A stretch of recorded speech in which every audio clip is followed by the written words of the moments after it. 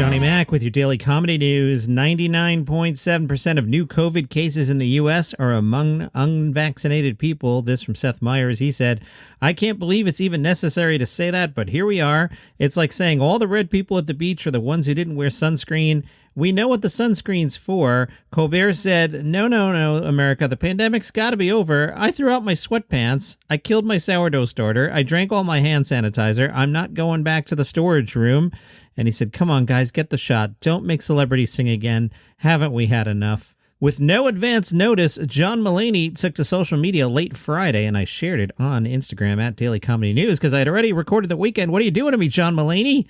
What did John Mulaney announce? He announced more stand-up comedy shows for the upcoming John Mulaney from Scratch tour. He's got a long stretch in Boston from August 14th through the 29th. That's long. Then Vegas on September 4th, then Atlanta, Philly, and New Orleans. The Boston shows, he's doing 2 shows a night for that run at the Wilbur Theater, which is a great venue. So apparently he's super popular in Boston. Now, later this week, I saw an article where they interviewed John Mulaney's wife. Yeah, remember John Mulaney's wife? That's a thing. Well, that's a person. I don't mean to call her a thing. That's a person, and they're still married. And we're all like, oh yeah, John Mulaney's dating Olivia Nunn. That's cool. There's a wife, John Mulaney. Not cool. Bihari Konabolu, he posted a 2-minute video on Twitter. He's devastated. He said, we lost the spelling bee. I'm an Indian American and I'm devastated. I'm trying not to get emotional as I film this. The streak is over. 12 years of Indian American champions and the streak is over. He said it was tough for him because we've only got this one thing and now that's done. You might think, what about the geography, Bihari? That's small potatoes, everybody.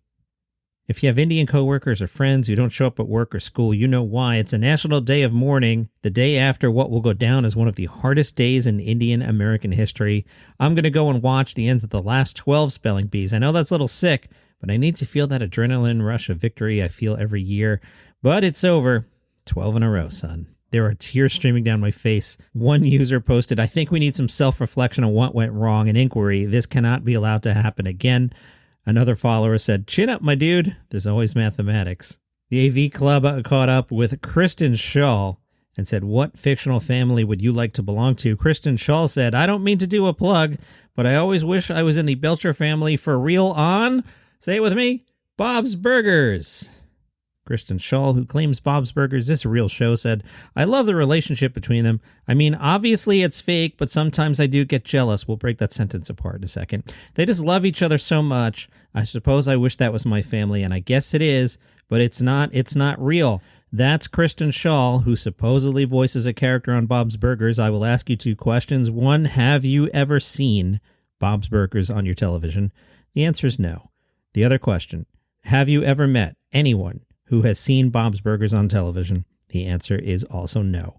This show does not exist. Now let's listen to Kristen again. She said, I mean, obviously it's fake, blah, blah, blah.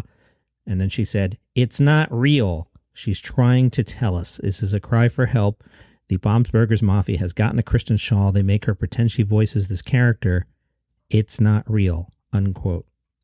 Boy, I hope Gabe Iglesias is doing well. He had to cancel some shows after testing positive for COVID, despite being fully vaccinated. He said on social media, announcement I didn't want to make on my birthday. Unfortunately, I've tested positive for COVID. I made sure that I got tested by 2 different types of tests, and they both came back positive. This was on his 45th birthday. That sucks. He was supposed to wrap up his 73-stop tour in San Antonio over the weekend, but he didn't do that. Those San Antonio diner guys that were like, hey, Gabe Iglesias was here this week. Remember I told you that story on, I think, Friday? They might not be so happy that they went to social media going, hey, Gabe Iglesias was here. That could be bad for business. You make your own decisions. Gabe said, not the way I wanted to spend my birthday, but at least I'm alive and I have cake. I can't taste or to smell it, but I have it. Wish me luck and be careful out there. From Deadline, Comedy Dynamics has inked a deal with Eddie Izzard to license her entire comedy catalog and release her new stand-up special Wonder Bar. Eddie said, I'm very happy to have my comedic body of work and our Emmy-nominated documentary Believe to be available with Comedy Dynamics for all of North America to enjoy. From Deadline, Brooklyn Nine-Nine is gearing up for its 8th and final season. They went on Twitter and they posted an image touting the entire Brooklyn Nine-Nine family from Andy Samberg to Andre Brower. The social media post said, hop in, season 8 is going to be a wild ride. Set to return on August 12th. In the final season, Jake and the squad must try to balance their personal lives and their professional lives over the course of a very difficult year. Quick plug for my travel podcast. It is called Travel is Back. What is it? It's just places I go and what I like to do when I'm there. This week's episode, Princeton, New Jersey. I didn't even plan on doing this episode, but I went to Princeton for a soccer tournament. I had a great time. So that podcast is called Travel is Back. New episodes every Monday. Last week, I did best beaches. So far on the podcast, you and I have been to San Diego, Nashville, Chicago, Iceland, the best beaches, and Princeton. I feel like I forgot an episode in there. No, I'm thinking of the Philadelphia episode, which I didn't publish yet. That's next week. Anyway, from Wisconsin Public Radio, female comedians in Madison say the decision by a prominent local club to book Louis C.K. sends a message. In the comedy world, their concerns still don't count for much. In response to the booking, a group of alternative comics will hold their own event on the same night as one of CK's sold-out shows. Comedy on State announced it would host 5 shows. Sasha Roser performs at Comedy on State's open mic nights. She said she'll keep going there even though she disagrees with the booking. She said, I do love that club, so I hope it pays off for them booking Louis C.K., but I hope it also doesn't send this message to comedians like, this is a place where we just let the sexual predators waltz through the door and then we pay them an enormous paycheck. Pretty sure that is the message.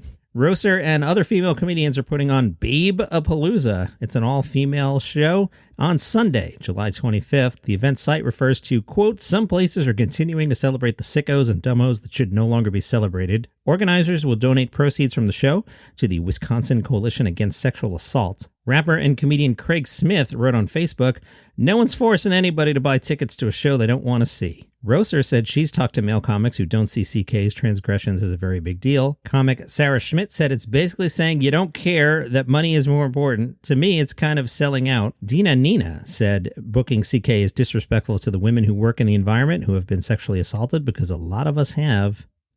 Nina founded Lady Laughs Comedy. That's a collective of female comics that is self-consciously an alternative to Main Street clubs. She said CK's comedy was never to her taste, and she rarely goes to Comedy on State, saying, I don't get booked there. They don't even pay attention to me, which is totally fine. That's their prerogative. I produce my own shows, and I'm committed to trying to give women and queer people a stage and a hand up. I don't see that commitment at all with Comedy on State. She even understands why they book CK other than sold-out shows. It's also earned the club a boatload of free publicity. But to her, it's a symptom of a culture and a world of comedy clubs that doesn't allow for local talent to thrive and get better. And from the Daily Mail, the spokesperson for Bill Cosby has said that he believes Cosby is entitled to millions and millions of dollars for the more than 2 years he spent in jail. The representative did not state how much specifically the 84-year-old Bill Cosby should receive or where the funds would come from, but Mr. Cosby was given an unwanted 2-year and 10-month vacation that he never asked for.